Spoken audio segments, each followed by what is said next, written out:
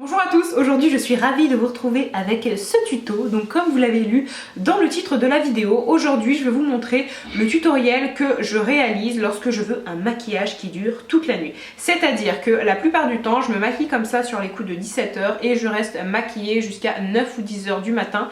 Le lendemain, forcément, je reste pas non plus maquillée comme ça 8 jours, je vous rassure, entre temps je me démaquille. Mais non, plus sérieusement, ce sont vraiment des produits que j'utilise tous ensemble, donc c'est une combinaison à laquelle j'ai mûrement réfléchi, j'allais dire, on va pas non plus s'emballer, mais grosso modo, comprenez que ce sont des produits qui sur moi tiennent extrêmement bien et qui surtout ont fait leur preuve. C'est-à-dire que lorsque je me regarde dans le miroir le lendemain, juste avant de me démaquiller, eh bien je trouve que ça va. Ensuite, en ce qui concerne les techniques, vous allez voir que ce n'est pas très compliqué. Là, vraiment, l'emphase est mise sur certains produits, notamment les bases de teint. Par contre, comme ce sont des produits assez onéreux, je vous mettrai des dupes en barre d'infos, donc n'hésitez pas à dérouler.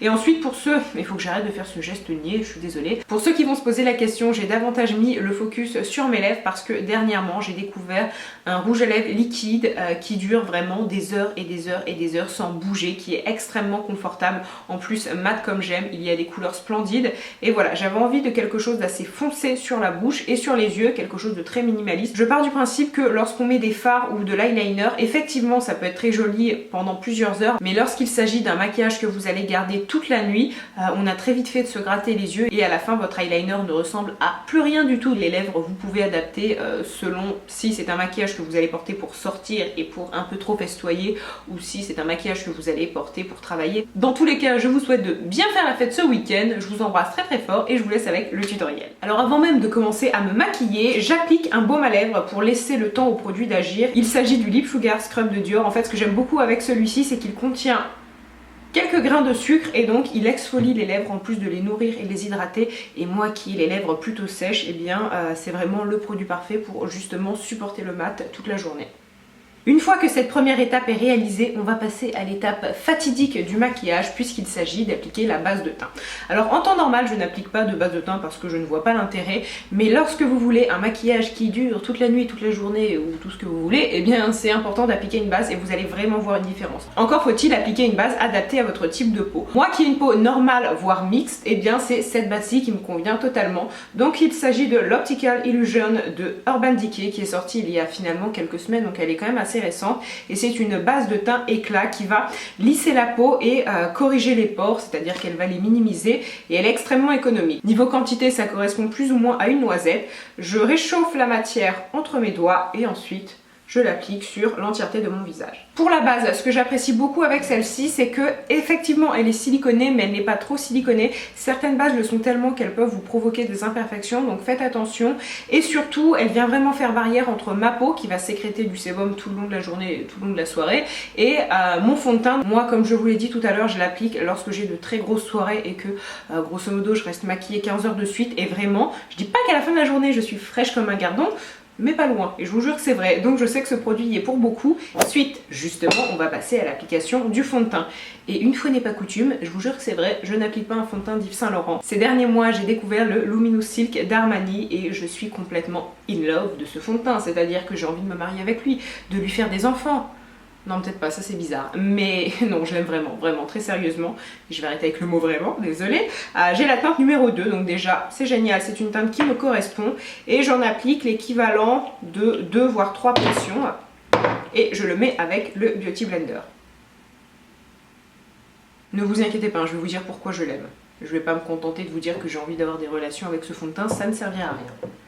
Aussi, un autre conseil que je peux vous donner, c'est d'appliquer votre fond de teint au Beauty Blender. Moi, je sais que j'ai déjà travaillé mon fond de teint au doigt avec des pinceaux et je trouve que le Beauty Blender est l'application la plus jolie, la plus naturelle, mais surtout celle qui favorise le mieux la tenue de votre fond de teint parce que, et je ne sais pas comment expliquer ça avec des termes un peu professionnels, mais étant donné que vous tapotez l'éponge sur votre visage, eh bien vous collez bien votre fond de teint sur votre peau et ça adhère mieux. Alors ce n'est absolument pas prouvé scientifiquement, mais dans tous les cas, chez moi, j'ai vraiment vu une différence lorsque je l'applique au Beauty Blender.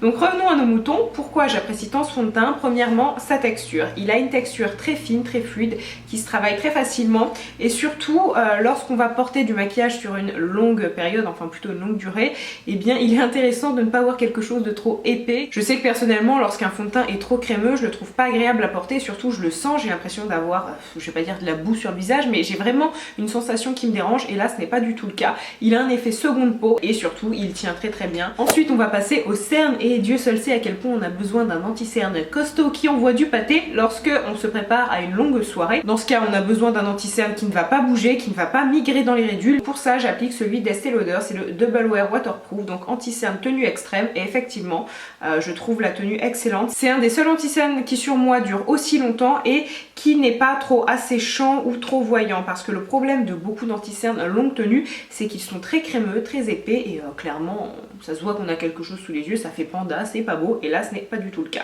Alors son seul petit défaut c'est qu'il est extrêmement fluide, moyennant quoi il est agréable à porter, mais je trouve que pour le travailler ce n'est pas aussi pratique. Donc ce que je fais c'est que j'en mets une toute petite noisette entre mes doigts et je réchauffe la matière pour un petit peu l'épaissir. Ensuite ce que je fais c'est extrêmement simple, je l'applique sous mes cernes, hein. Jusque là c'est logique, je vais pas appliquer de l'anti-cerne sur le genou. Aussi un point fondamental lorsqu'on applique son anti-cerne, c'est de ne pas oublier le coin interne, puisque c'est ici qu'on a la grosse veine qui passe et qui se voit le plus, et surtout le coin externe, parce que lorsqu'on est fatigué c'est à ce niveau là que ça rougit, en tout cas chez moi c'est comme ça, je ne sais pas si on est foutu pareil au niveau du cerne, mais en fait juste ici on a une petite pliure, je ne sais pas comment dire, hein. La jonction entre la paupière du haut et le bas. J'essaie de mettre des termes un peu cool comme ça, mais on voit que je maîtrise pas trop le sujet. Bref, en fait, juste ici, on peut avoir des petites rougeurs. Moi, c'est souvent mon cas. Et donc, ne pas oublier de mettre de l'anti-cerne à cet endroit. Une fois que l'on ressemble à ça, on attend 30-40 secondes, juste le temps que le produit se fixe bien sur notre peau. Et ensuite, on tapote avec son Beauty Blender pour bien fondre la matière. Une fois que le fond de teint et l'anti-cerne sont posés, on passe à l'étape primordiale du poudrage de face. Non, plus sérieusement, il est très important de poudrer les produits crème que l'on a appliqués pour optimiser la tenue. Donc je l'applique avec un gros pinceau et j'applique la poudre de Sephora qui est une poudre à lissante éclat qui est tout à fait géniale. Moi c'est depuis quelques temps ma poudre préférée parce que je trouve qu'elle fixe très bien le maquillage. Ensuite on passe à une étape très importante pour éviter de ressembler à un fantôme. Bon, si c'est une soirée Halloween encore ça passe, mais sinon croyez-moi c'est pas terrible. Donc on va apporter un peu de dimension à ce visage tout blanc tout laid. Et pour ça en fait j'applique une poudre de Yves Saint Laurent. Donc c'est une palette que je teste depuis quelques mois, que j'aime énormément et surtout je la trouve plutôt pratique puisqu'elle contient 2 couleurs. Donc c'est la Couture Contouring, poudre sculptante visage, structure et définition, texture imperceptible. C'est vrai que la texture est extrêmement fine et moi en fait je vais me servir de la teinte la plus marronnée pour très légèrement creuser mes joues et réchauffer mon teint au niveau de mes racines. C'est un pinceau Sigma, c'est le F35 et je trouve qu'il est parfait pour le contouring. Et ce que je fais c'est que je fais le poisson, donc on a une tête de merde j'allais dire. C'est pas très poli de dire ça mais on n'a pas la tête la plus sympa du monde, mais c'est la meilleure technique pour appliquer au mieux son enlumineur, surtout lorsqu'on ne sait pas faire. Vous avez une ombre qui se dessine naturellement et nous c'est cette ombre là qu'on va tenter de reproduire avec notre petit pinceau et cette poudre marronnée. Donc voilà pour l'étape contouring, comme vous voyez c'est extrêmement simple. Encore une fois, lorsque je sors, moi mon but n'est pas de passer 8 heures dans ma salle de bain, hein, c'est plutôt de sortir au maximum et j'aime bien quand même effectivement m'arranger un minimum. Mais voilà, je vais à l'essentiel avec un petit truc en plus par rapport à d'habitude. Et justement un produit que j'adore appliquer lorsque je sors, il s'agit de l'enlumineur et j'applique le Cine d'Urban Decay qui est pour moi le meilleur enlumineur de la planète entière. C'est un doré nacré qui est vraiment splendide, mais surtout c'est la limite parfaite entre le voyant et le subtil. Donc je l'applique avec un pinceau de ce genre là, c'est un pinceau estompeur, vous pouvez totalement aussi l'appliquer au doigt, c'est ce que je fais très souvent. Je viens en mettre à cet endroit, donc au niveau de l'arc de Cupidon. Voilà, je vais vous montrer que ça marche aussi avec les doigts, pas besoin d'acheter un pinceau particulier. Ensuite j'en mets juste ici, donc au niveau de l'os de la mâchoire, j'allais dire oui. Voilà, désolée hein, pour ce langage plus qu'approximatif, on va dire que c'est parce que je suis fatiguée, hein, genre. Et j'en applique aussi un petit peu sur l'arête du nez.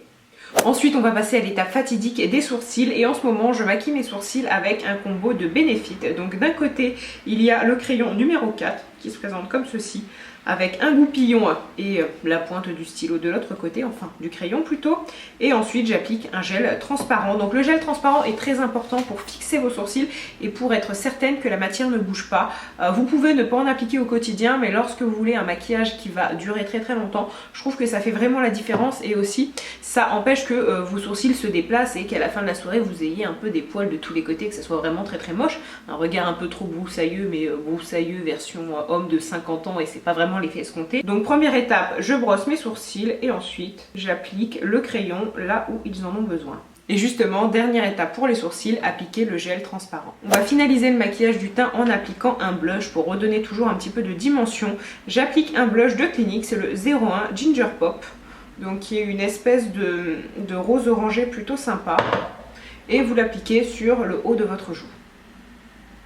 Maintenant on va s'occuper des yeux, et là en fait je vais vous montrer quelque chose d'extrêmement simple. Je me demande même si c'est intéressant à vous montrer, mais ce que je fais moi lorsque je sors et que je vais être certaine de mon maquillage, je ne mets pas de liner, je ne mets pas d'ombre à paupières, je mets simplement du mascara, et je vais plutôt miser sur les lèvres avec un rouge à lèvres qui va se voir mais qui va avoir une tenue irréprochable. Je vais vous montrer mon produit magique juste après, mais c'est vraiment un rouge à lèvres qui certes est plutôt très voyant mais qui a une tenue géniale, donc on peut vraiment lui faire confiance à 8000%. Donc comme je vous l'ai dit, tout ce que je fais pour mes yeux, c'est d'appliquer un mascara, et j'applique le They're Real de Benefit, qui est un mascara qui va apporter beaucoup de longueur, un petit peu de volume, et surtout pourquoi j'applique celui-ci en particulier, c'est qu'il a une bonne tenue et il ne s'effrite pas. Par exemple, j'aime énormément le mascara de Marc Jacobs ou celui de Too Faced, mais je trouve que ce sont des mascaras qui peuvent un tout petit peu s'effriter. Choisissez un mascara waterproof ou à minima un mascara qui ne s'effrite pas du tout. Aussi, un autre point que j'aime énormément avec ce mascara et qui fait la différence comparé à d'autres, c'est qu'en fait la brosse est avec des picots, mais au bout du mascara, enfin au bout de la brosse plutôt, vous avez une petite boule, et cette petite boule est très pratique en fait lorsque vous appliquez la matière comme ceci pour étoffer vos cils mais en racines. Et ensuite la dernière étape pour ce maquillage, c'est d'appliquer ce rouge à lèvres là. Donc c'est le fameux rouge à lèvres qui a une tenue incroyable, extraordinaire. Cette couleur là est tout à fait géniale. Alors comme ça dans le tube elle paraît finalement assez commune, et bon, on se dit quelle est l'intérêt d'appliquer cette teinte. En fait non, parce qu'elle est assez voyante, donc elle va vraiment apporter du caractère à votre maquillage. Je ne vous l'ai même pas dit, mais ce sont les Retro Matte Liquid Lip Color de MAC. En plus de ça, l'application est hyper facile. Donc voilà pour l'application du rouge à lèvres, et comme vous voyez c'est vraiment l'élément clé du maquillage, c'est-à-dire que c'est ça qui fait tout. Et maintenant que j'en suis là, il reste une toute dernière étape et non des moindres, il s'agit d'appliquer un spray. Donc là c'est le spray de Urban Decay, c'est le All Nighter. Donc tout ce que vous faites c'est... Voilà, c'est tout. Vous attendez quelques instants que ça sèche. Alors premièrement, si vous trouvez que votre teint est trop poudré, eh bien ce produit va venir contrebalancer cet effet, donc c'est génial. Mais surtout, en fait, c'est un spray qui va fixer le maquillage et qui va fixer le maquillage pour une longue période.